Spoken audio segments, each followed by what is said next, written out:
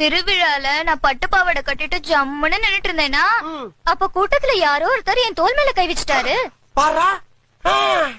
திரும்பி பார்த்தா கண்டமனூர் ஜமீனு. அவரை நான் பாக்க, அவர் என்ன பாக்க பாத்துக்கிட்டே இருந்தா முடிவென்ன? வெக்கப்பட்டு கண்ண மூடனேனா கண்டமனூர்காரு என்ன கண்டம் பண்ணிட்டாரு. கண்டம் பண்ணிட்டானா? அப்புறம் கண்டமனூர்காரர் விஷயம் அவங்க அண்ணனுக்கு தெரிஞ்சு போச்சு. தெரிஞ்சு போச்சா? அவங்க அண்ணன் தம்பிக்காரன கொலையா கொண்டிருப்பானே. அதுதான் இல்ல, தம்பி பொண்டாட்டிய தாம் பொண்டாட்டி மாதிரின்னு அவர் யதார்த்தமா கேட்க நான் பதார்த்தமா விட்டு கொடுத்துட்டேன். பதார்த்தமா விட்டு கொடுத்தியா? புதுசா இருக்கு. சரி, 2 பேரும் சேர்ந்து வாழ்க்கையில விளையாண்டாங்க, போய் தொலையுது.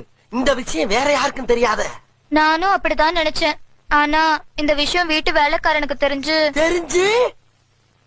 வேலைக்காரனோட முடிச்சுக்கலான்னு தோட்டத்து பக்கம் ஒதுங்கினேன். ஆனா தோட்டக்காரனும் பாத்துட்டான். அவனாலதான் என் வயித்துல புழு பூச்சி உண்டாச்சு. அத கலைக்கலான்னு நான் டாக்டர் கிட்ட போனேன். ஆனா அந்த டாக்டர் என்ன கலையோ